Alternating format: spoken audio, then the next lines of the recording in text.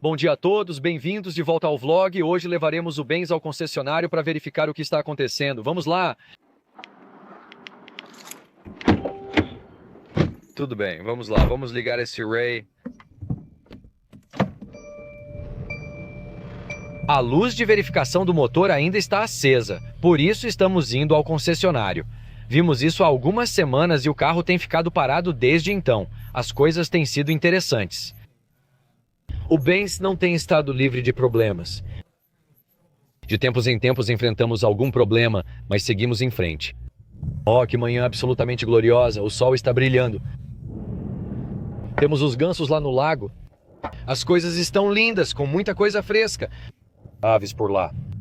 Há muito o que olhar, mas espero não estar olhando para uma cara à conta de reparo mais tarde hoje. Na última vez que mencionei, o problema que tivemos com o Mercedes foi uma luz de verificação do motor e quando eu pesquisei, eu usei meu leitor de código Onboard Diagnostics 2 genérico e descobri que ele se referia mais ou menos a algo alinhado com pressão de controle de volume. Agora eu olhei para trás em algumas anotações que eu tinha e alguns documentos que recebi da Mercedes-Benz alguns anos atrás, ou cerca de 1 ou 2 anos atrás, e na verdade se referia a um componente defeituoso, algum tipo de válvula dentro da PCB. Tirei uma foto e mostrei para vocês no último vídeo lá.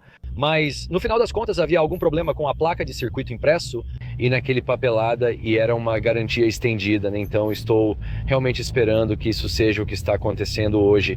Mas eles afirmaram que é necessário obter a aprovação da Mercedes-Benz.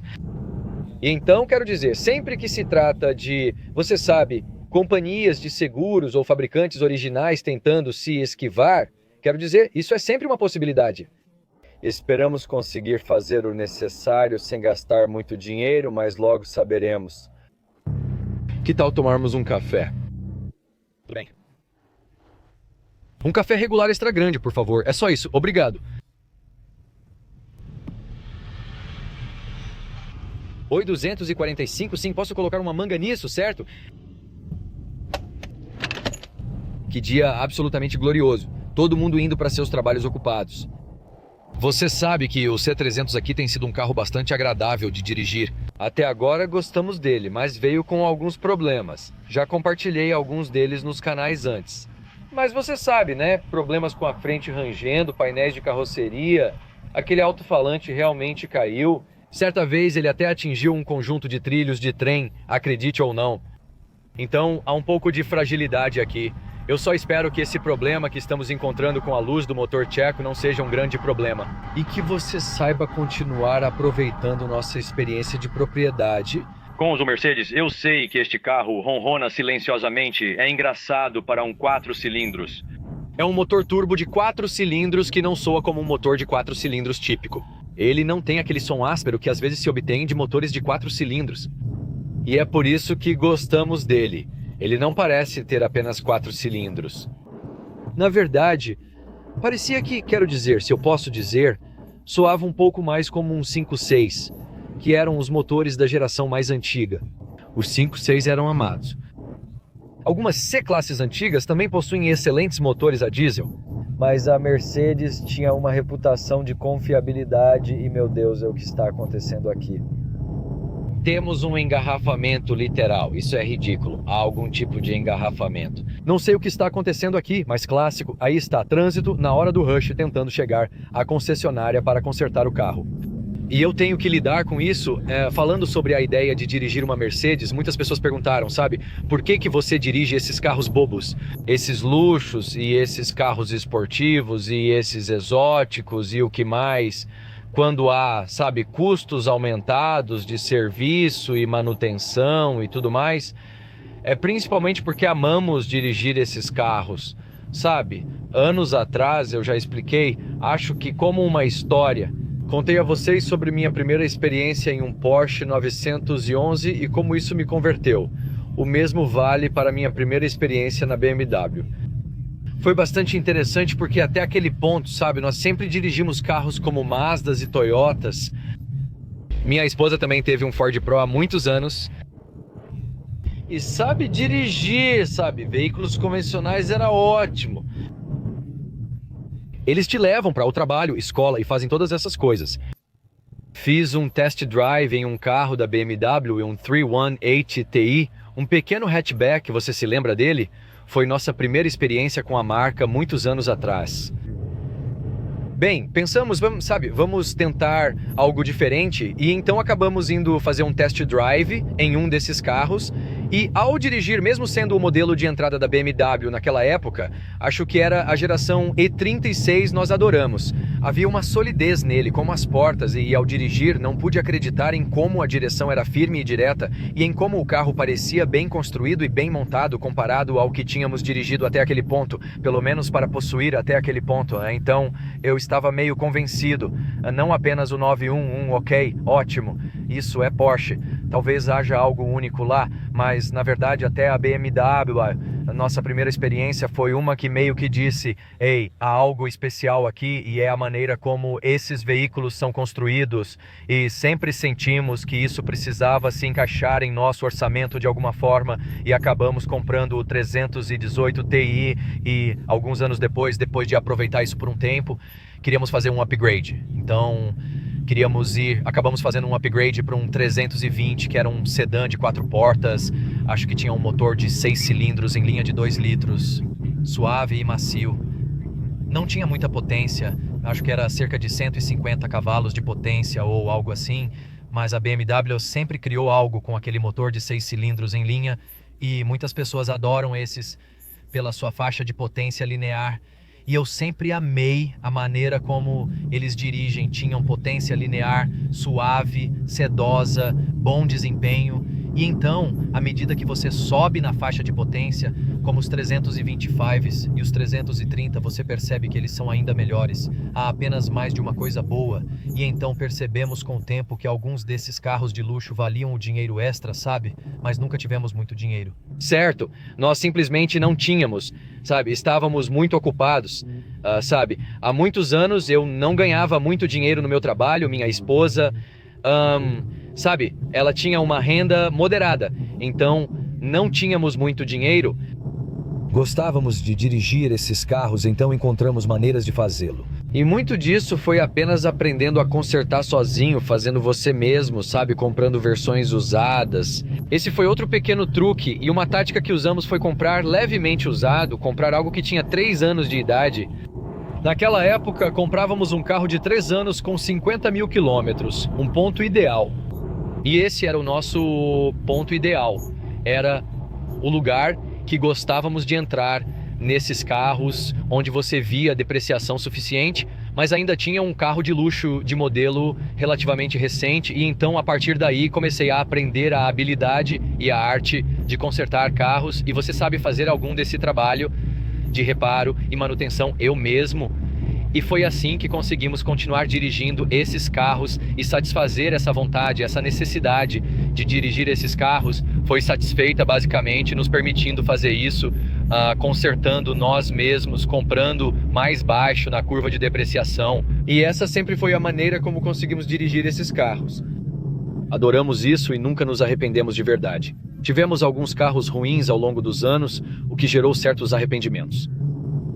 Já tivemos alguns carros ruins ao longo dos anos. Até poucos anos atrás eu tinha um 335 com 6 cilindros em linha biturbo. Foi um desastre. Foi muito divertido. 6 cilindros em linha, tração traseira, turboalimentado, 300 cavalos. Eu tinha o ajuste de JB4 nele. Foi muito divertido. Mas, rapaz, você não conseguia passar uma semana sem a luz do motor acesa naquele carro. Era só problema. Eu passava a cada 2 semanas debaixo do capô. E isso envelheceu muito rápido. Então, há um ponto em que percebemos isso.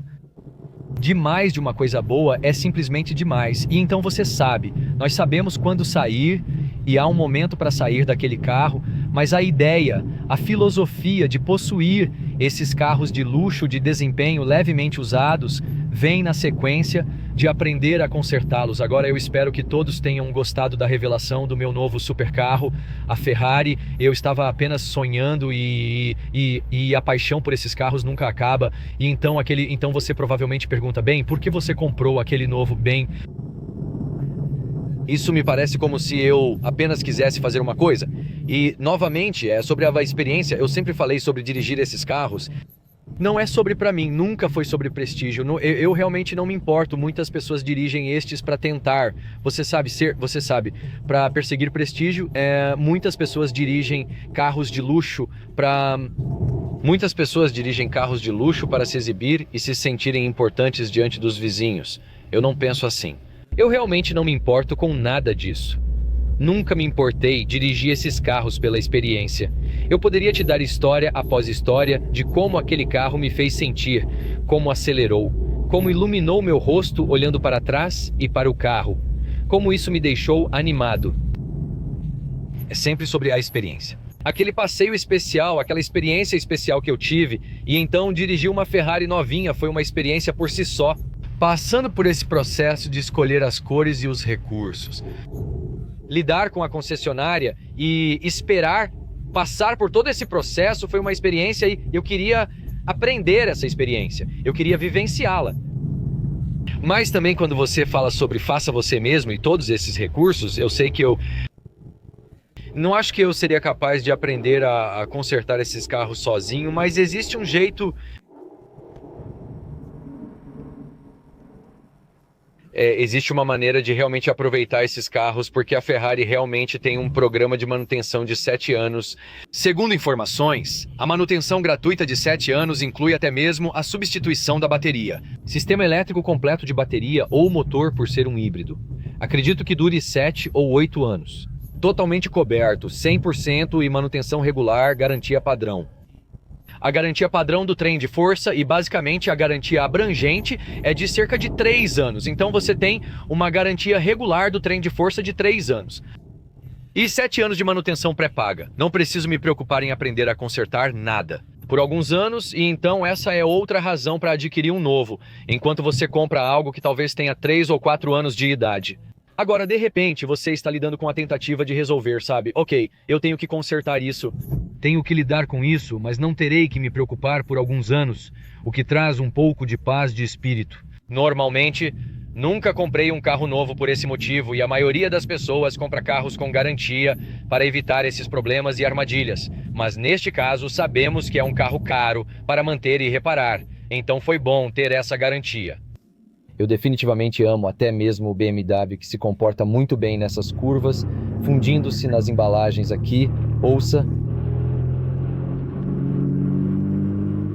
Uau, ei, está quieto, está um pouco abafado, é um 4 cilindros turbo, então há um som um pouco abafado lá, mas na verdade soa muito bom para um turbo de 4 cilindros. Esse motor soa bastante robusto, acho que estamos na oficina aqui agora. Olhe para aquele lindo carro M, bem ali, belo conversível M4 Spider, bem ali. Tudo bem, aqui estamos nós chegando. Enquanto esperamos, temos que pegar o carro agora, mas uau, tem alguns carros legais estacionados aqui. Nunca consigo resistir a um BMW, o que temos aqui, um M6, MX6, M competição, sim, eles são bem legais. Eu definitivamente gosto da aparência das competições e, claro, com aqueles 600 cavalos de potência, você realmente não pode errar com esses veículos também. Eles dão os lasers sofisticados para você. Essas luzes laser são realmente muito brilhantes também, mas não consigo imaginar quanto custa cada vez que olho para as peças desses carros. Acho que devem custar uma fortuna, mas de qualquer forma, sim, é um ótimo carro, muito divertido de dirigir. O que mais temos aqui? Bem, vamos ver o que mais eles têm no lote aqui. Temos um pequeno Audi Q5. Não sou o maior fã, para mim parece um pouco com um ovo. Aqui estamos, tínhamos um X5 naquela época, este é um X5 Competition. Eu prefiro o X5 em comparação ao X6. Qual a opinião de vocês? X5 ou X6? Qual é o melhor? Hondas, Range Rovers, Jags. Há alguns carros bem legais aqui. O que temos aqui? Temos uma competição M4. Definitivamente gosto das competições M4. Carros muito, muito legais. Sim, eu não sei sobre o... Não tenho certeza sobre o conversível. Aqui temos nosso conversível 911, acho que funciona. Eu preferiria comprar estes no cupê, com certeza. Eu só sinto que eles se adequam mais ao cupê ou até mesmo ao M3, pegue o M3 e o sedã é um melhor conjunto. Mas isso é, cara, eu amo esses carros. Eles são bem legais também. Eu realmente pensei em talvez comprar um desses em algum momento. Olhe a grade nisso, tem que gostar da grade de competição M4. Veja como eles realmente arrumaram isso. Eles costumavam ter os dentes de coelho na série 4 regular. Eles realmente não pareciam tão bons, mas a competição é um carro realmente muito bonito. Sim, sempre bom dar uma olhada. Quando você está nesses lugares de qualquer maneira, dê uma olhada ao redor, veja qual é o mais recente e o melhor. Ah, e lá está, parece que está de volta agora do serviço e eles acabaram de fazer um pequeno test drive nele, então descobriremos em breve se isso resolveu o problema. Bem, vamos começar aqui, na verdade. Então acabamos conversando com os vendedores e parece ser um problema bastante comum. E em grande parte relacionado ao sistema de ventilação do cárter. É de fato o que era, né? Então nós realmente registramos o carro. Eles tiveram que fazer sua própria varredura e diagnósticos, não me cobraram nada, basicamente dirigiu para entrar e sair. O carro ficou preso aqui durante a maior parte do dia. E basicamente, essencialmente, não nos custou um centavo. Eles admitiram que foi uma falha na ventilação do cárter, que é o que eu confirmei pelo código de falha do pressão de controle de volume que cuspi antes. Eu sabia o que era, mas eles tiveram que validar com a Mercedes. Colocaram uma nova peça e todo o sistema foi atualizado novamente. E ele confirmou que tem uma garantia totalmente estendida. Acredito que houve algum tipo de processo envolvido e isso cobriu o sistema de ventilação do cárter, que eles, a parte deste sistema todo, que eles eram essencialmente como uma pressão de controle de volume, se você quiser, nestes carros. Agora, uma coisa que é interessante que eu realmente ouvi falar é que há certos carros que são cobertos e certos carros que não são cobertos. Não, eu descobri algumas coisas interessantes. Então, o que eu entendi foi que este sistema de ventilação do cárter parece estar coberto, com uma garantia estendida de algo como 15 anos e 241 mil quilômetros ou 242 mil quilômetros. Mas o que é ainda mais interessante é que se falhar novamente, eles cobrem novamente e potencialmente de novo, e isso parece que é um problema muito comum, na verdade tão comum que parece que eles dizem que fazem dia após dia, e há muitos desses que eles estão fazendo, é quase como, sabe, cortes de cabelo, certo?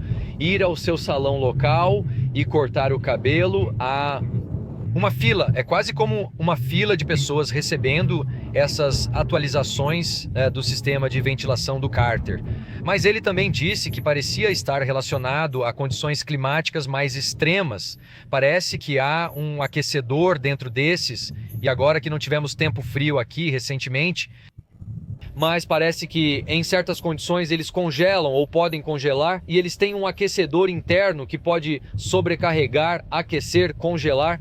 E a próxima coisa que você sabe é que eles começam a empurrar óleo para fora e começam a vomitar óleo, e tem todos os tipos de vazamentos de óleo e problemas de lealdade. Parece uma verdadeira receita para o desastre. Então, estou feliz que não tivemos esse problema, mas havia outro problema, e eu sei que tive pessoas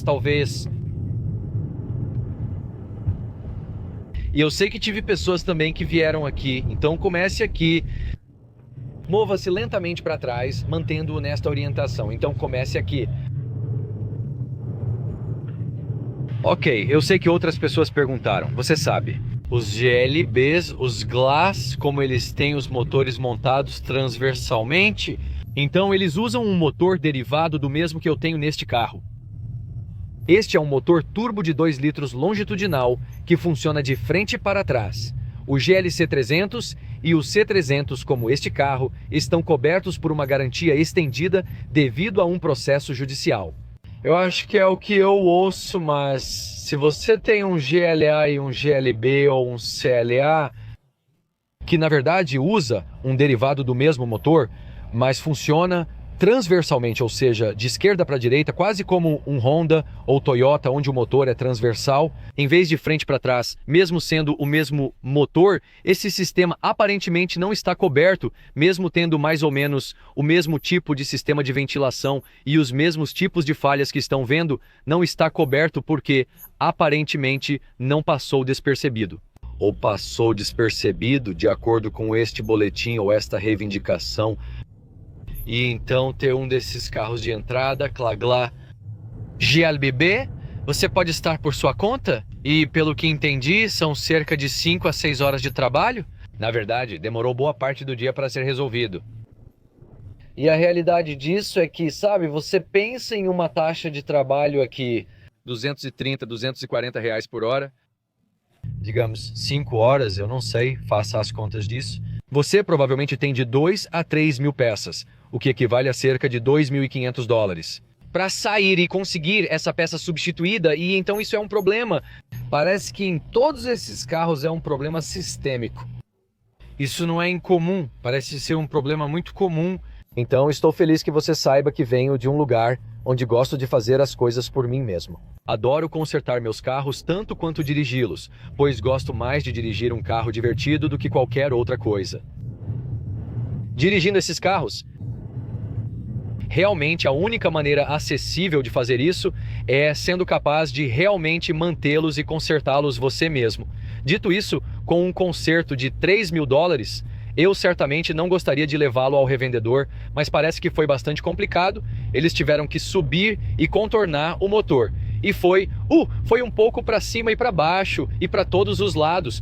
Foi um tipo de instalação ao redor do mundo. Então eu nem sei o que era, mas foi bastante intenso. Provavelmente um pouco mais do que a maioria das pessoas querem morder na entrada da garagem.